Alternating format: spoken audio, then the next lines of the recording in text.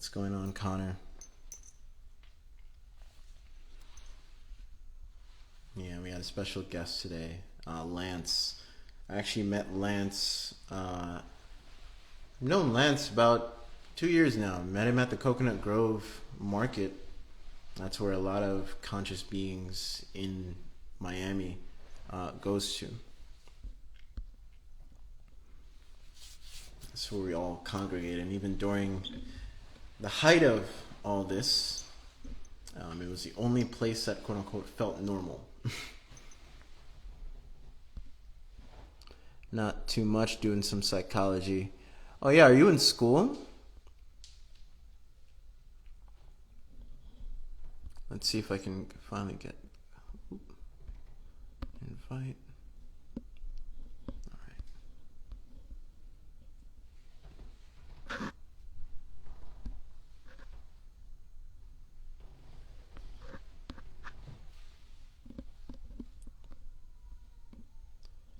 Captain Plant. Oh, there it is. We got a special guest hopping on in here, guys. Welcome, guys. Oh, there he is. There he is. Devin, how are you, man? Oh, let me take out the microphone. One second. Yes, sir. There it is. What's going on, brother? Nothing much. How are you? This is like the only time we would only see Lance during the week, Why other is than the market. You won't see him at any events. You won't catch him anywhere else. You just won't. Miami's too wild for me, man.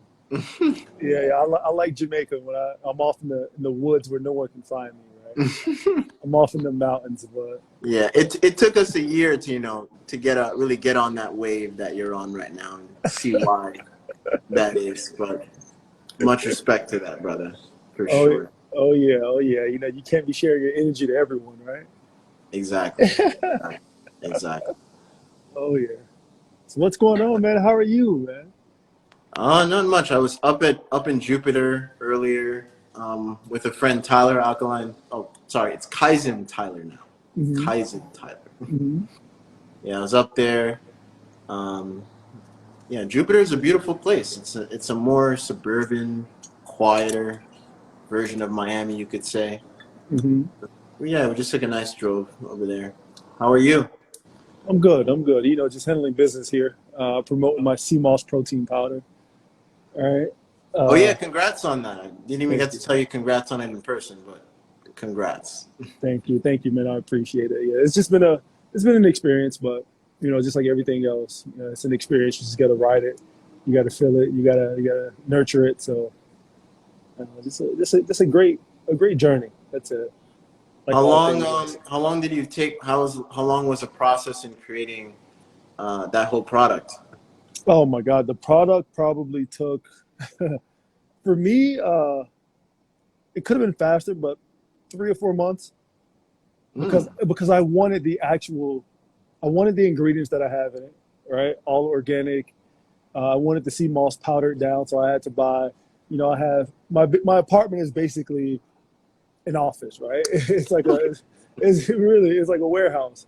It's just boxes and machines and shit. So I had to buy a miller and a dehydrator. I bought actually two millers because one broke. Three millers actually because two broke, right? And I didn't like those, so I was like, you know what, forget it.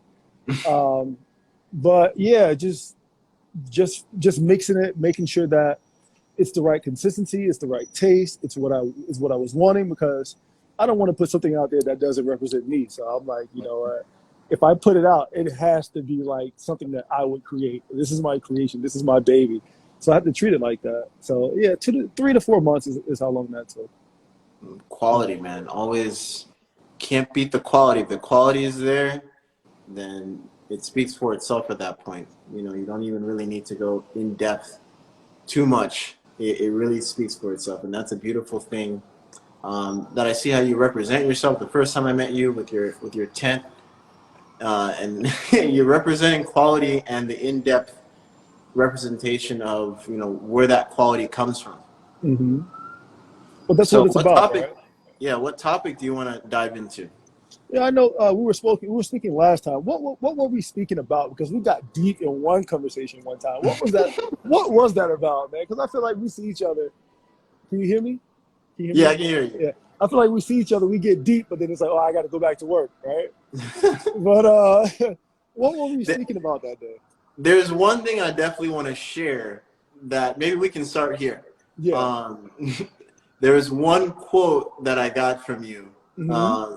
that you said you won't find any colonizers in a hot country because they represent cold behavior. You won't find cold behavior or something along those lines in a hot country. Oh yeah. No, no. So let me unpack that. Right. Hold on. It's wild out here. Can you hear me? I can still hear you. You're good. Yeah, You're yeah, good. yeah, yeah. So let me just unpack that. Right. The reason why I say that is because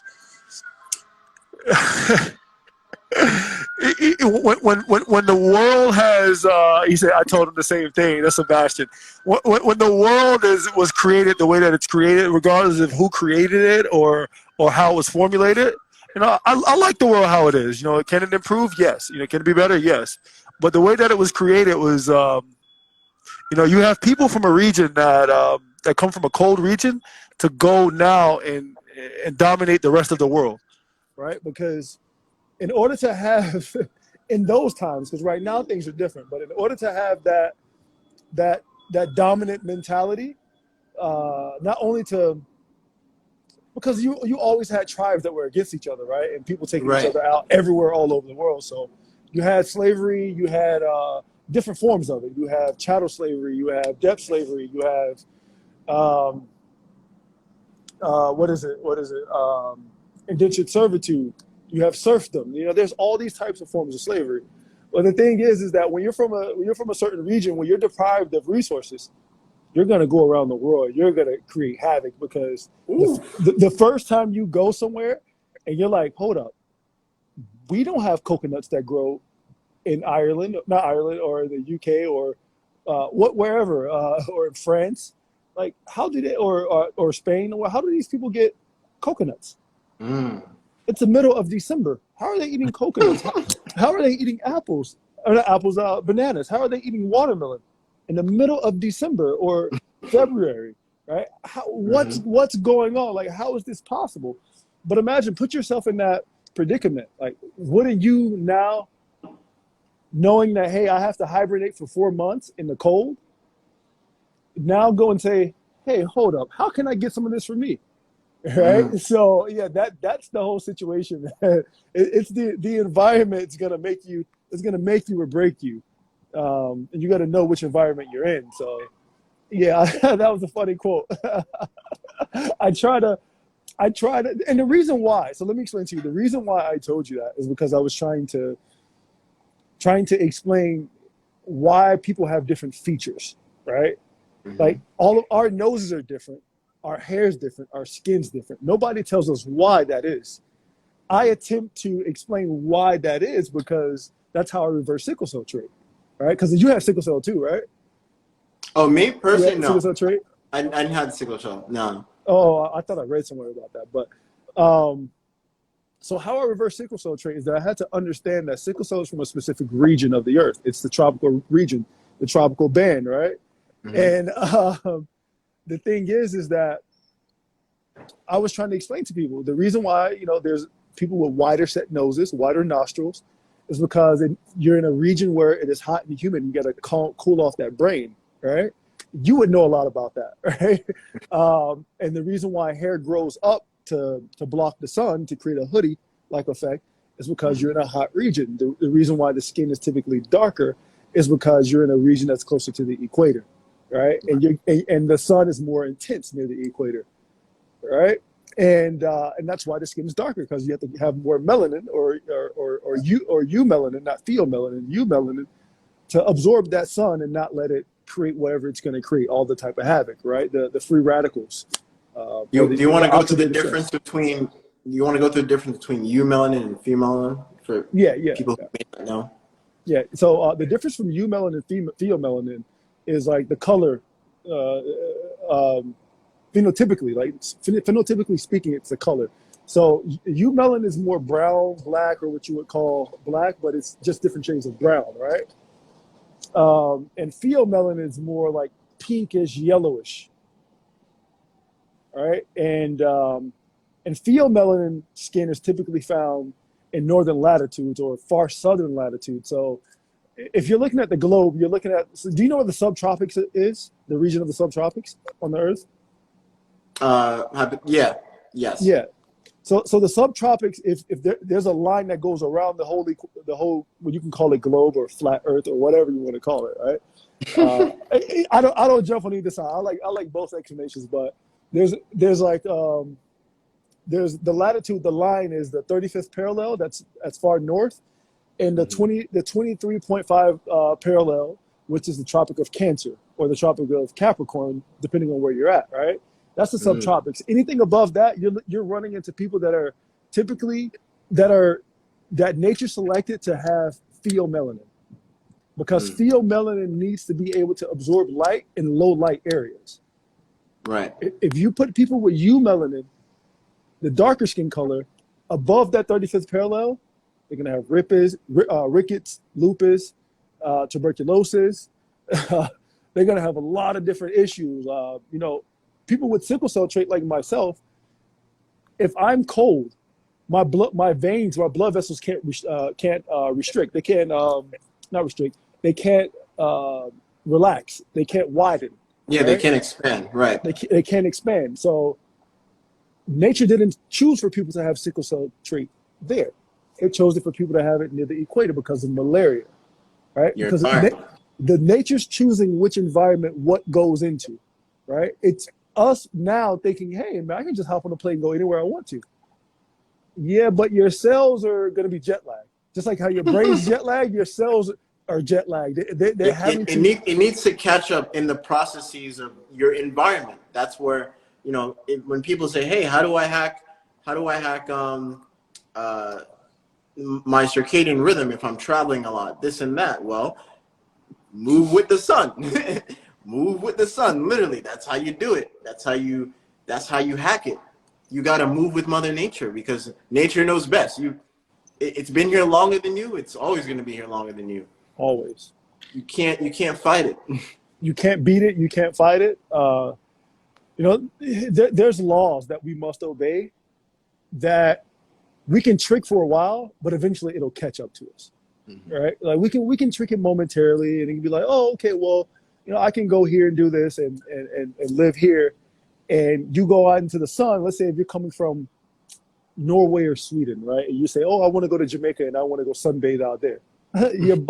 Your body is not adapted to that sun. You would literally have to go outside midday for 5 minutes and go back in and then cover right, back and up. Then build it up. Build it up. 5 minutes, 10 minutes, 15 minutes, 20 minutes, right?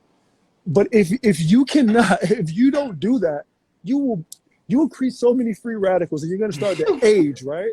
And you're going to start to destroy your telomeres so fast, and you're going to be like, dude, why do I look old so fast? Why do I look old so young? Well, that's because your body just wasn't adapted to that region of the earth, right? Mm-hmm. It wasn't, nature didn't choose for you to be there, but while you're there, this is what you should do. Not saying that you can't go there, but these are the things you should do. You should wear the bucket hat, because that bucket hat mimics the afro that the hair is supposed to look like of the people that's there, right? Mm-hmm. You're supposed to wear long loose sleeve, right? Because it mimics that extra layer of skin protection from the sun that people that are indigenous of that region already have, right? Because I remember one time, I was married, right? Yeah, I remember you. Okay, yeah. I think we met her. Yeah, we met her once. Yeah. So I was. Oh yeah, you did. Yeah. So we were married. We went to go visit my dad in Jamaica, and my ex-wife, she's Middle Eastern, but her nostrils are really, really, really skinny, right? Because and that's another thing. I judge people by how wide or narrow their nostrils are, because once I know how wide or narrow your nostrils are, I can already tell certain things, like how your hair is going to look, and just certain things like that, because the nose tells everything I need to know, right? Ooh. But the nose knows, right? But the nose knows. But we went there, and she was like, Lance, it's hard to breathe here. I was like, really? I feel good. She's like, no, it's just hard to breathe. Like it's terrible. Like it feels weird. Like it's too hot. I'm like, I get it. I get it. Her nostrils are too narrow. It's like sucking ice cream through a straw. It's too humid for her. Her body is not designed to thrive in this region. She can survive there. And while dealing with sickle cell, I was coming up with different formulas and understandings of what she could have done. What she should have had is an air dehumidifier in the apartment that we were staying in, because she's coming from a place where the air is thinner. So she has to dehumidify the air. Where if someone like me or you, we go to New York or New Jersey or something, or London, we would have to buy an air humidifier because our bodies are accustomed to having humidity. Like, our bodies are thriving in the humid climates.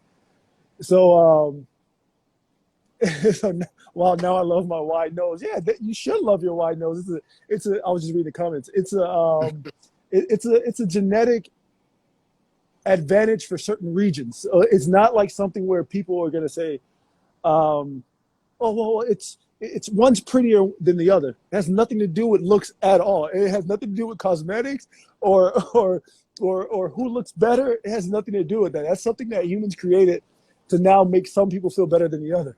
Exactly. Right. It's now to make you go get surgery because our whole system thrives on people who are I wouldn't say weak-minded, but have low self-esteem. Like, money won't get made if people have high self-esteem.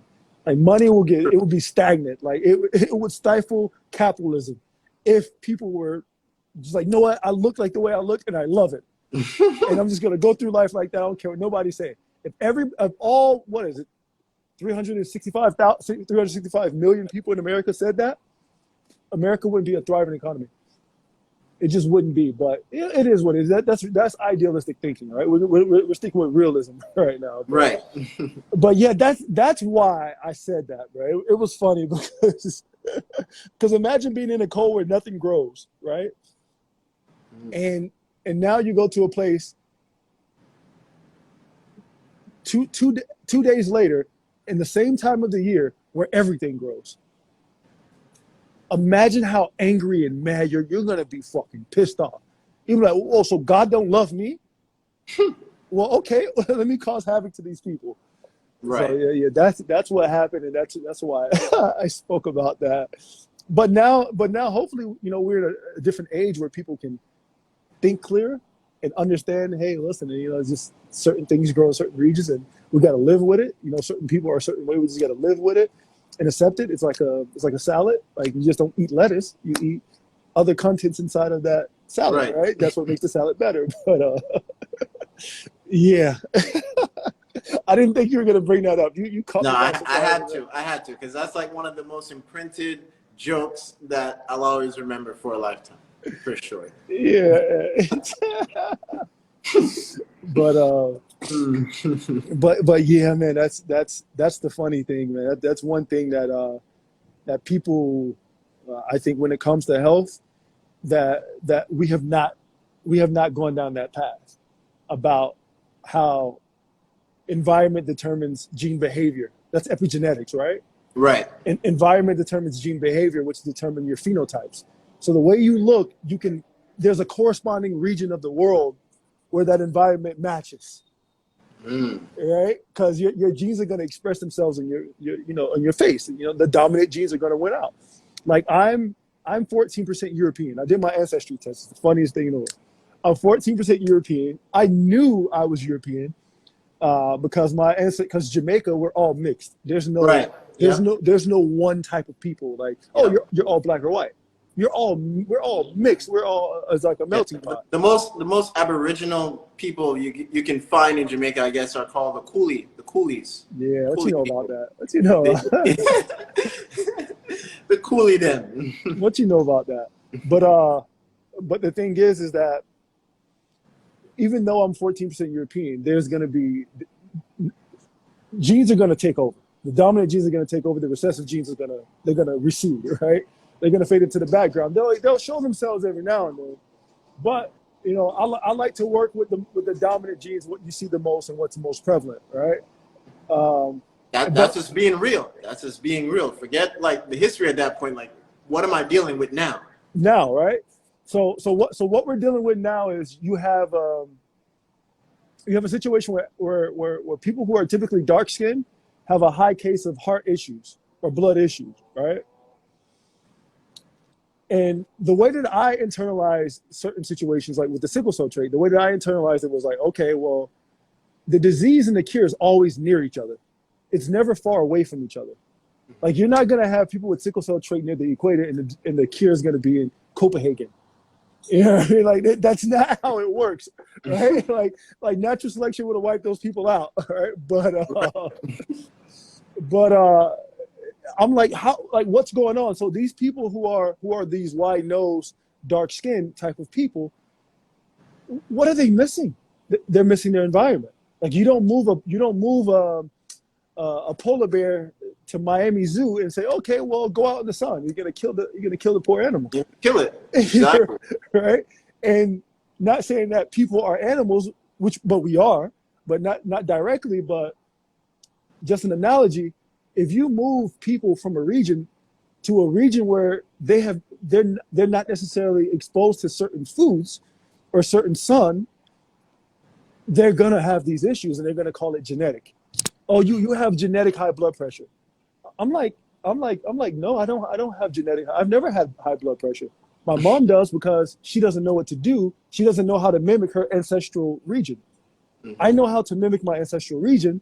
So therefore, things don't pop up the way that they do with my mom or my uncle or my other cousins, right? So then I bring up something like the watermelon. I say, okay. I was like, so if people have high blood pressure that are supposed to be in the tropical region move away from the tropical region into the temperate region, they typically have high blood pressure. What is a fruit from that region that's going to help them reverse their high blood pressure? To Watermelon. help mimic the environment. So I want some people to understand that, Mm-hmm. where your intake is somewhat mimicking your environment. Even if you are in a colder region, then you want more quote unquote tropical fruits if you're dealing with something like this. But yeah, continue, brother. Exactly. Thank you because I get lost sometimes. But Me too. I'm the same way. I'm just learning how to bring bit it by back. bit, Bring not it back. overwhelm people. I'm the same way, man. I'm the same way. So what I see is I say, okay, well, these people, they're typically plagued with having high blood pressure. What is something that's going to help them with the high blood pressure? What I was working with was nitric oxide, right? Like how you do with the breath. I was doing it with citrulline that's in the rind of the watermelon, right? So now I'm like, okay, well, what if these people ate watermelon? Like wouldn't that kind of reverse some of the issues, right? Because doesn't nitric oxide help you with high blood pressure? Isn't nitric oxide basically like statins? Right. It's a building block of the blood, literally. Right. So now if I say, hey, eat this fruit that's from the region of where you grow, where your ancestral lineage is from, majority. Now we'll start to reverse things. But the thing is that I think we try to hide from it because of back when they had the little cartoons where they would eat and it was like the big red lips and they would spit it out and they make fun of black people for eating watermelon. I think that black people, they see a watermelon, they get scared. They're like, oh, I don't want to look like one of those caricatures that were eating the watermelon. And it's funny, right? But that rind is what's going to save the majority of the African Americans. Right. Right. And I don't want to make it only about African Americans because the thing is that if you now go to a place, so let's say like you go to Denmark or Sweden or whatever, right? And you have people that are lighter skinned there. Typically, they look very young for a long time, right? But if they come here and come to Miami, they're going to start to look older really faster because they're not in the region of where they belong. And they don't know how to mimic the region of where they're at. Like I played in Spain and I was like just looking at certain people, like, oh, you guys look pretty young for your age. Because I'm like, oh, well, this is where they supposed to be at, right? And when you're not where you're supposed to be at, you're supposed to mimic where you're from. You see what I'm saying? And if you're from there, you would need, if you're from there moving here, you would need a lot of folate and a lot of antioxidants. because you got to Right. protect those cells. You got to protect those telomeres. You got to slow up free radical formulation, or you got to quench free radical with antioxidants. Mhm. So when I look into place when I look into places so one of the best berries for antioxidants is considered blueberries, right? It's like one of Right. the highest antioxidants, right? Blueberries don't grow in Jamaica. Not that I'm aware of. No, actually, no. Yeah. Blueberries they are a temperate fruit. Oh, They need to be submerged underground for 700 to 1,000 hours at 47 degrees temperature or below. That's called dormancy. They have to go through a period of dormancy to grow. There's a so lot they of have to go through a period of a colder climate to then sprout. so these people who consider themselves saying, hey, you know, they say white people age faster. That's bullshit. They don't age faster. They're just in a region that they're exposed to that they don't know how to slow up their aging process. Right. Like I hate when people say, "Oh, white people look older." It's like, bro, that's not true. It sounds funny, but stop lying. Or black people have heart disease genetically. That's not true. Like, can we guys stop with the jokes? Because now it's about health, right? Right. It's how do we prolong the life, or get the most out of life while we're here, right? I want to add. You know, we're talking about the environmental information because the environment holds information. I think way beyond human comprehension at that point. In terms of now we're dialing into the biophotonic matters that definitely even more research and more money should have to be funded towards that, so we can even prolong human life even longer. And touching into that, I feel like the breath is definitely one because when you're doing the breath work, you're opening certain vessels. You're opening at that point. You're programming your blood cells at that point too, in terms of different breathing patterns to then have whenever the blood is being created, uh, the resonance, a domino effect, is mimicking how that blood is being created based on your breathing patterns. You know, you can have a shitty breathing pattern and eat the best diet in the world, but you feel like, oh, I'm so groggy, I'm so blah blah blah. And then when we change that, it's a complete different story where I feel more energized. I actually don't need to eat as much. Yeah, because you change your breathing pattern. When you change your breathing pattern, you can assimilate more nutrients, but it's beyond the nutrient factor. It's a biophotonic aspect of it. Where I had one guy stop taking vitamin D pills. Well, he wanted to stop taking vitamin D pills. He said, I want it more naturally, blah, blah, blah. Tell him about the sun, too.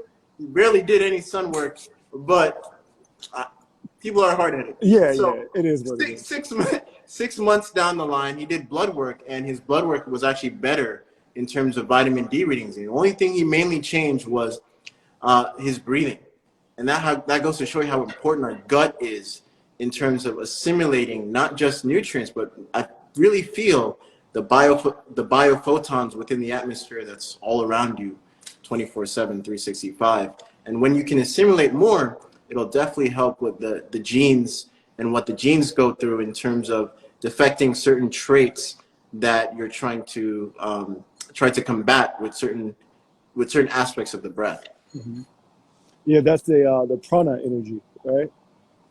Yeah, you got to teach me some of those breathing patterns. We got to get together because I think that's one of the aspects that I'm missing.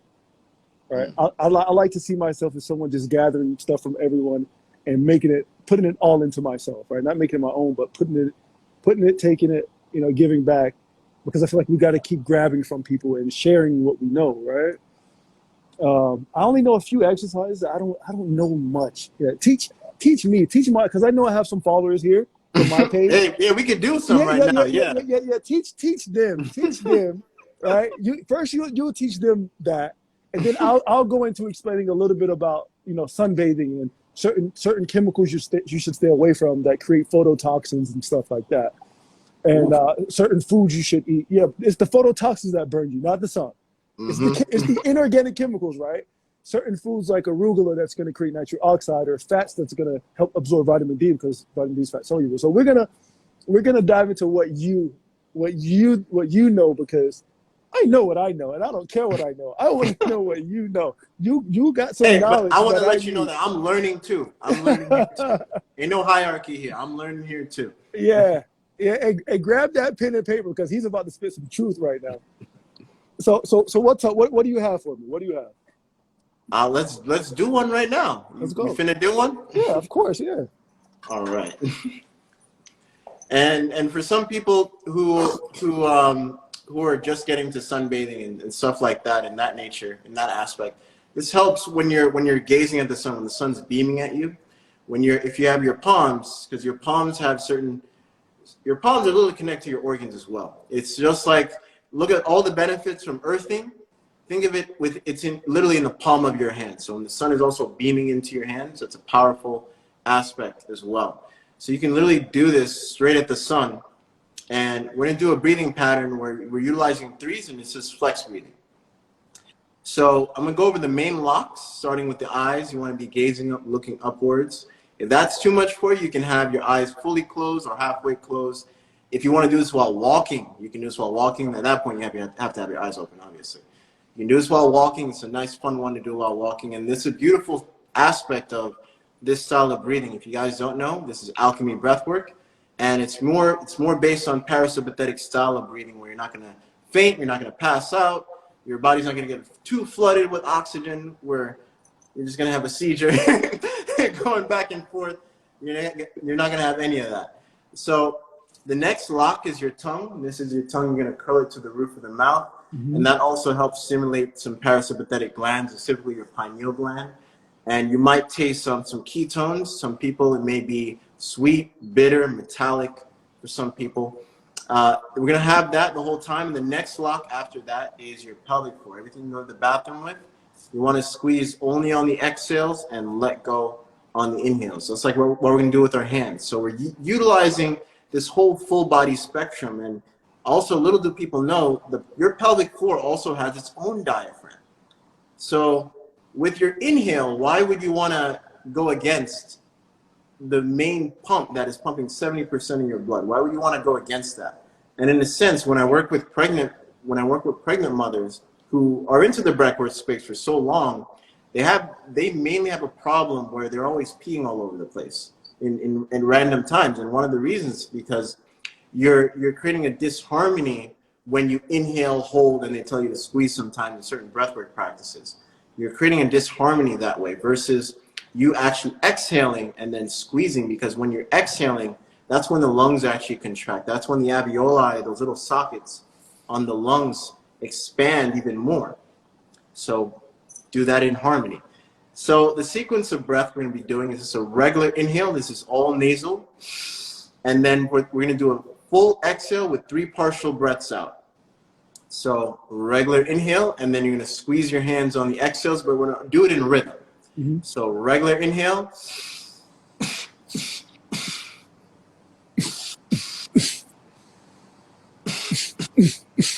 Just like that. Mm-hmm. All right? Mm-hmm. So, and then there's going to be a point where I say relax, let go. Just put your hands down, relax, let go of the eye lock. You can let go of the tongue and start to swallow your saliva and let go of your pelvic floor. And you're going to breathe in silence where you can't hear the breath at all. And what this does is when you do that, when you create the pattern, it's like you're creating your regular breath to follow those breathing patterns that you created. Those little, any type of hair, the nose hairs that you see, it goes all the way down into your inner veins, and it literally can create different patterns within your body. That's how I got to the point where if I wanted, I can constrict my heart if I wanted to. And I still have a pulse. That's where you can manipulate certain blood factors within your body that way. So hands out, guys, eyes gazing, tongue on the roof of the mouth. And as we find our breath only with the nose, just set an intention with the breath. With every breath, what are you accepting more of in your life in this exact moment? Honor the fact that you do create a ripple in your life in all factors with every breath. And focus on that before we start. We're going to start with the inhale in 3, 2, 1, let's go.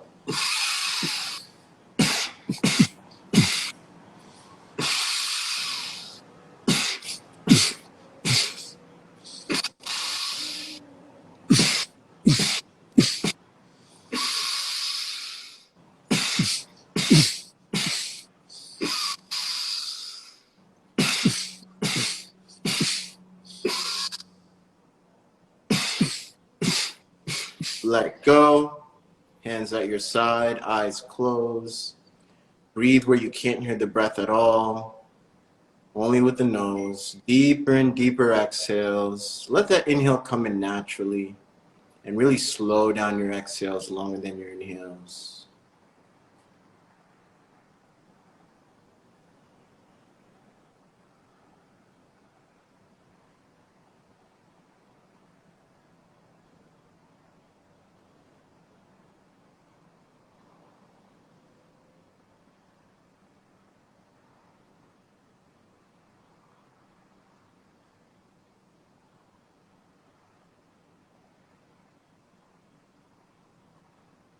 Start to swallow your saliva.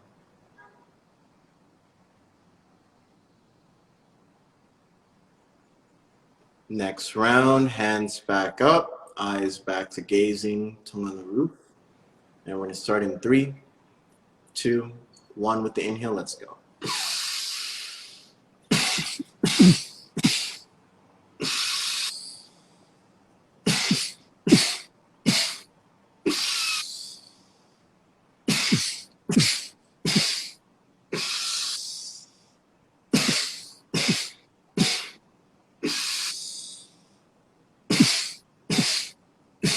Let go. Eyes closed. Start to swallow. Deeper and deeper exhales.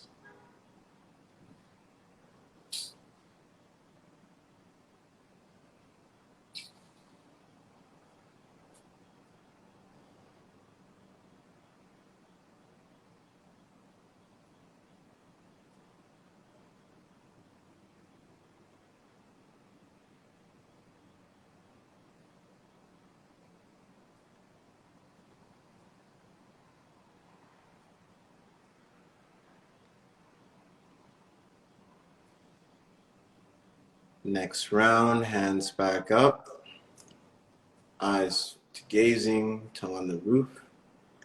And we're going to start in 3, 2, 1. Let's go.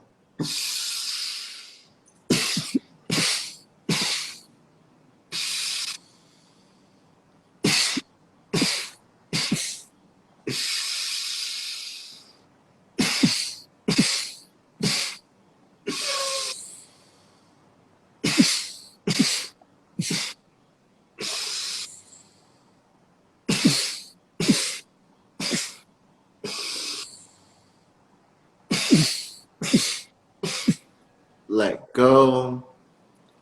Slowly move your left hand to your heart. Place it on the heart, your right hand onto your stomach. Keep your eyes closed, deeper and deeper exhales.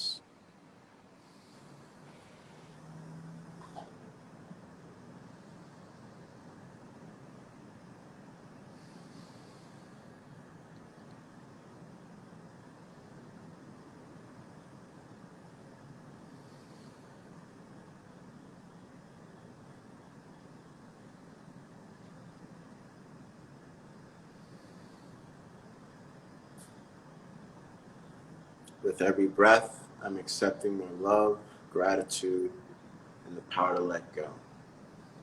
Thank you all for sharing the breath.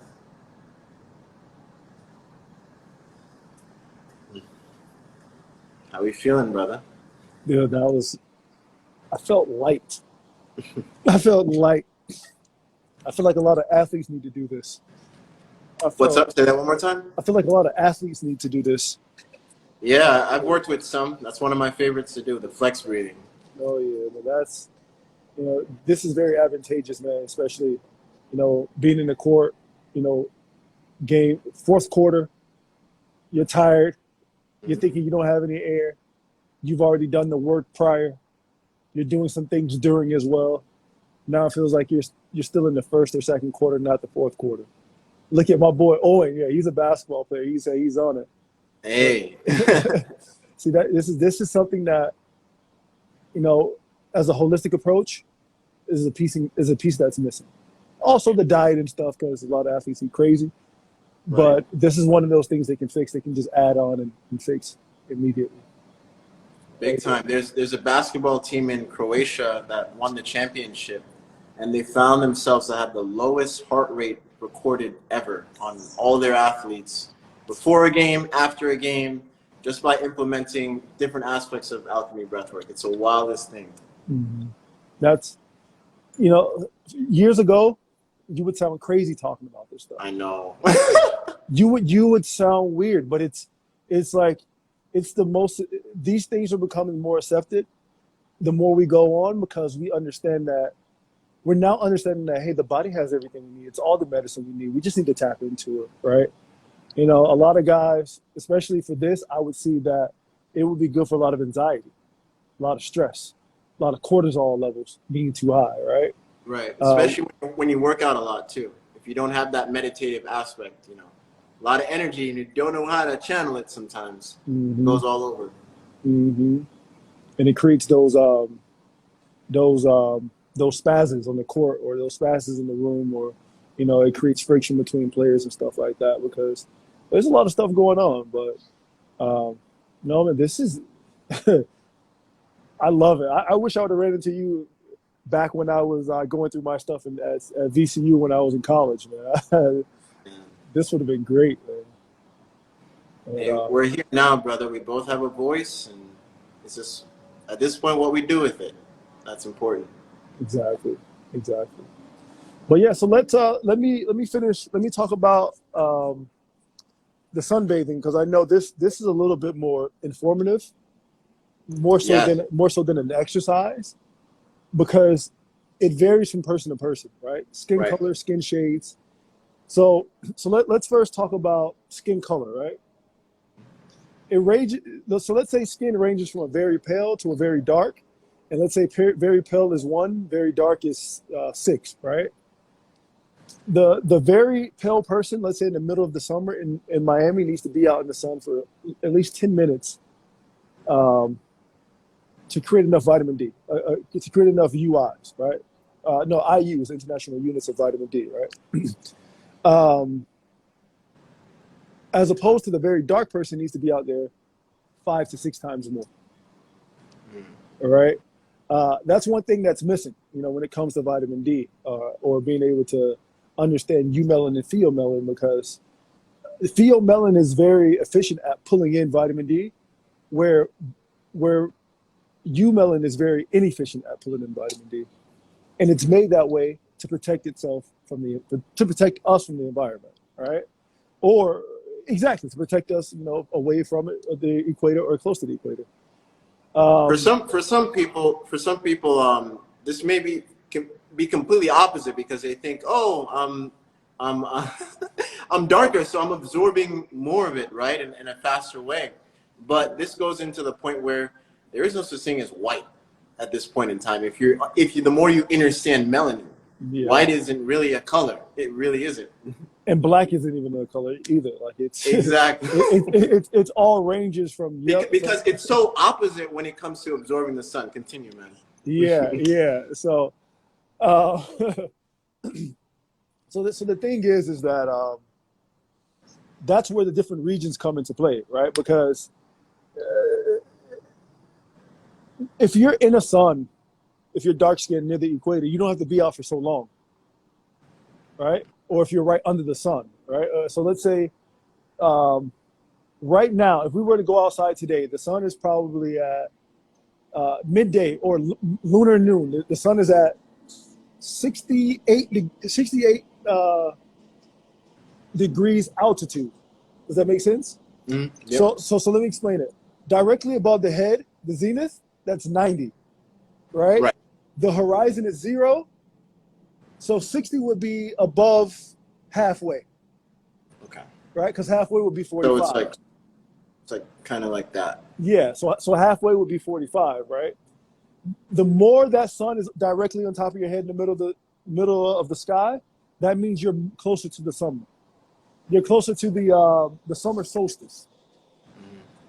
It makes sense, right? Because I gotta call out the times of the year, because we're all affected by the times of the year, right? I'm not big into the signs, the Aquarius and the Aries, all those, but I do know the sun and where it's at, what's positioned in the sky, and where it should be at, and where should I face to get sun and all that. Because We live in the northern hemisphere, so you got to face south to get sun. Right? That's why if you have solar panels, you gotta kind of angle them to hit south to get the most solar energy, right? But going back, so those are the skin colors, right? 10 to 60, depending on where you're at. But let's say now we go from summer to fall. So now that person who needed 10, he probably needs about 20. And that person who needed, let's say me for an example, I need about 45 to 50 minutes. So 50 times 2. So no. So it'd be in reference to that person. So 20 times 5, we're looking at 100.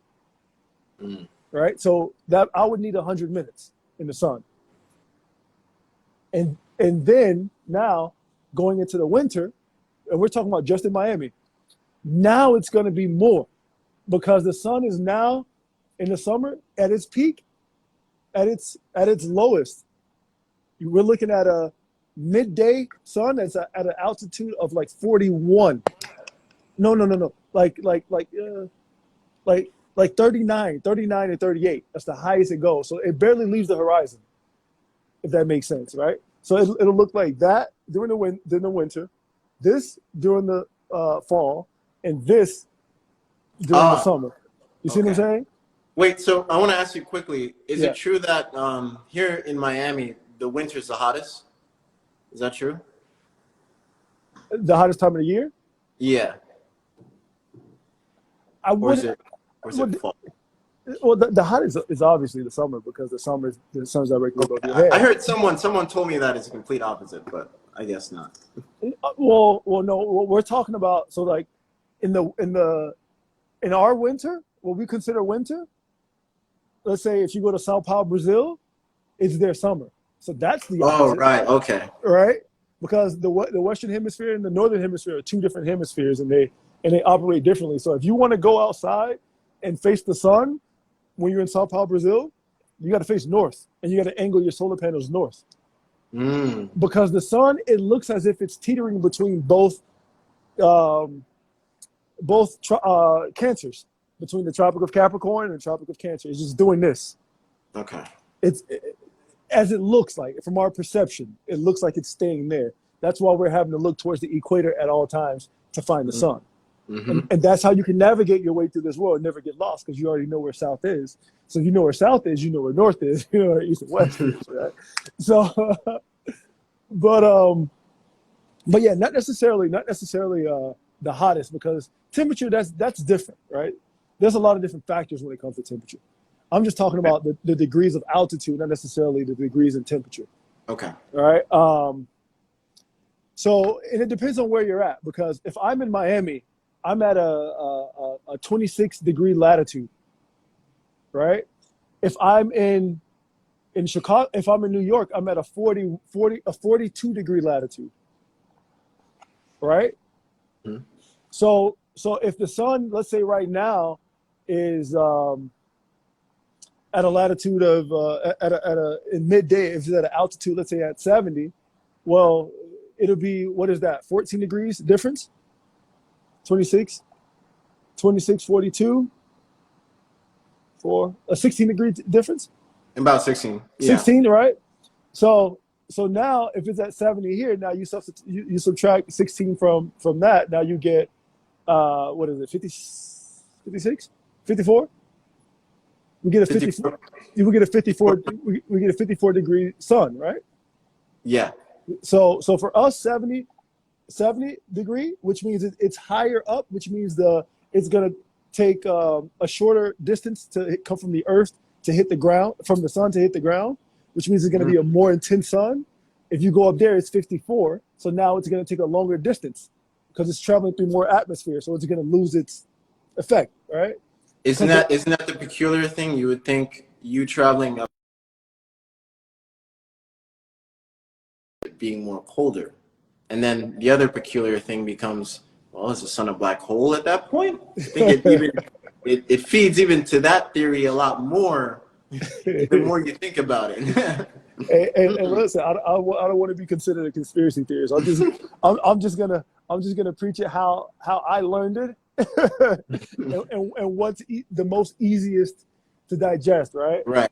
But the more the sun is directly above the head, the shorter the distance it is from the sun to the ground, to the earth, right? Mm. So that's what makes it more intense. And the thing is that UVB is only available during midday. So from 10 a.m. until about 4 p.m. Or, right. So it's second quarter of the day and third quarter of the day are the only time UVB is available. That's the only time you're going to get vitamin D, right? You're not going to get it towards the end of the days and the beginning of the days. You get a lot of UVA and create nitric oxide, which is great also, but UVB is only going to create vitamin D during the mid times of the day. And 12 o'clock doesn't mean noon. Noon is actually when the sun is at its highest peak, and that's called lunar noon. Wherever the sun says, okay, I'm at my highest, that's actual noon. Is that within the 5 phases of the sun? I couldn't tell you that. I couldn't tell you about the 5 phases, but that's the actual time where it is the easiest time to get vitamin D, regardless of where you're at.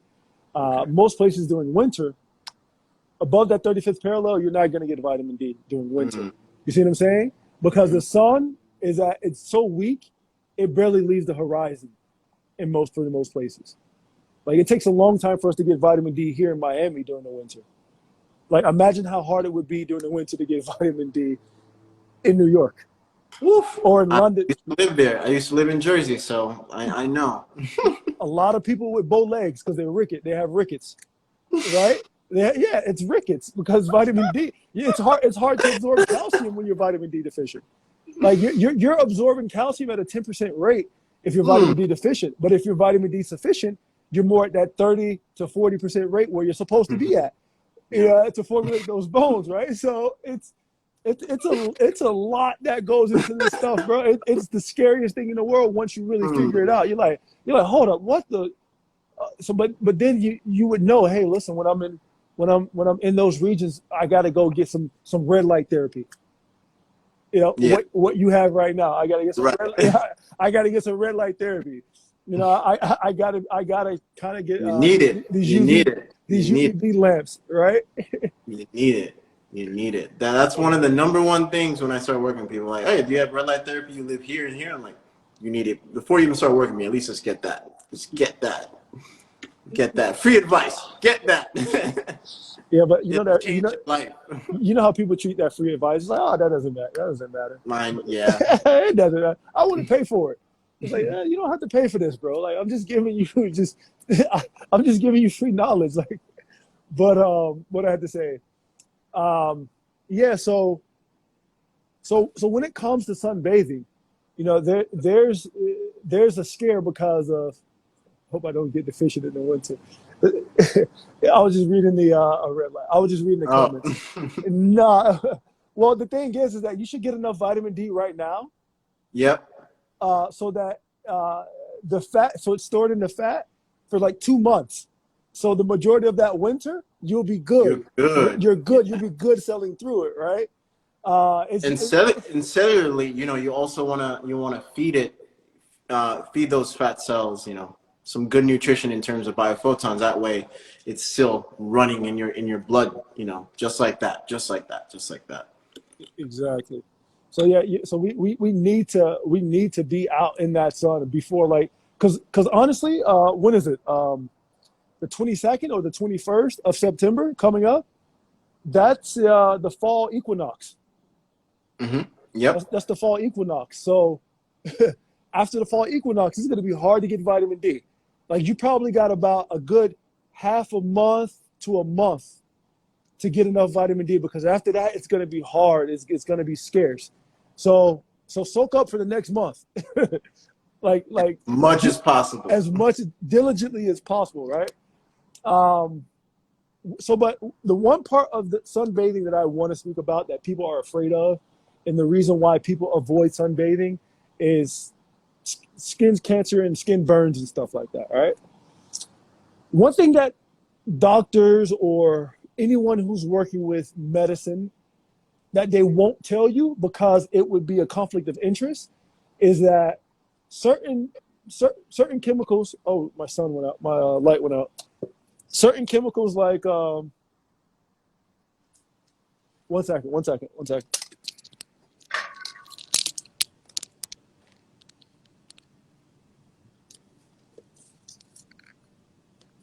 Someone goes, how much is the light? Yes, I'll do it like this. On my But, website, under bio. certain chemicals like ibuprofen, right? Mm-hmm. Ibuprofens are, is that a leaf? No, that's Advil.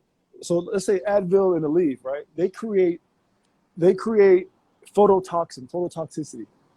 That's because these are inorganic substances that now when you put these things into the sun, they don't mesh. You know, I want to say the right word. They don't mesh. So it's like, okay, it's like a fight. Inorganic or organic, which one is going to win? The sun's been here forever. Those inorganic chemicals just came here a few years ago, a few decades ago. Mm-hmm. So they'll never tell you about these phototoxins that are inside of the diabetes medicines, the cancer medicines, the heart disease medicines, because they don't want to tell you that, because now money's not going to be made. What they would rather say is, hey, you need to stay out of the sun. Or, hey, now let's block the sun. Right? But it's like, if the sun was so bad, natural selection would have killed all human race off a long time ago. At this point. A long time ago. But the sun isn't so bad because the sun has never there's never been a time until now to the vibrations from your headphones even hurting you. I don't know what, because I thought someone was wrong with the headphones, but there was never a time on Earth until now, recently, where you have sun and so many synthetic chemicals coexisting.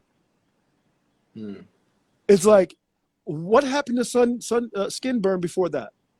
I think it's accelerating skin cancer and sunburns and stuff like that, because they cannot sit down and tell us, okay, well, the sun has been doing this for an eon. It's been killing people off left and right for a long time. Actually, the opposite. Do you know who Niels Ryberg Finson is? He's like the father of heliotherapy, of light therapy. He reversed lupus, tuberculosis, and something else, I forget. He reversed it with just the sun. He used to concentrate the sun. This guy from Russia, right? Not Russia. He's Dutch. I think this guy is Dutch. But I think there was another guy from Russia. That's the one I know of. He reversed, what was it? Dude, I learned this shit so long ago, bro. I be forgetting, bro. I be pulling in knowledge. No, he even reversed skin cancer itself. Yeah. So his name is Niels Niel. No, Niel. NIELSFINSEN. We're at the 1 minute mark, brother. All right. I'm just gonna. Yeah, type it in. I'll pin it. Yeah, pin that, and then you can repost it or do whatever. But yeah, this guy, he was, they were like, I'm predicting that in the years to come, every hospital is gonna have red light therapy or some sun therapy built into it. But now we're here, 2021. Complete opposite. Complete opposite. Because he won a Nobel Prize for it. How can someone win a Nobel Prize for something that is so helpful, but no one knows about this guy? You just wipe him from history. So that's why I talk a lot about heliotherapy, because it worked for me with sickle cell trait, saying that not even the ECF. So, yeah. But yeah, we're at that 1 minute mark, guys. Yeah, we're at the 20-second mark now. Thank you. I appreciate it. Thank you for having me. Bring me back. Trust me, we'll have some fun, man. For sure. Thank you, Most likely see you Saturday. Every Saturday, bro. All right, guys. Peace. All right.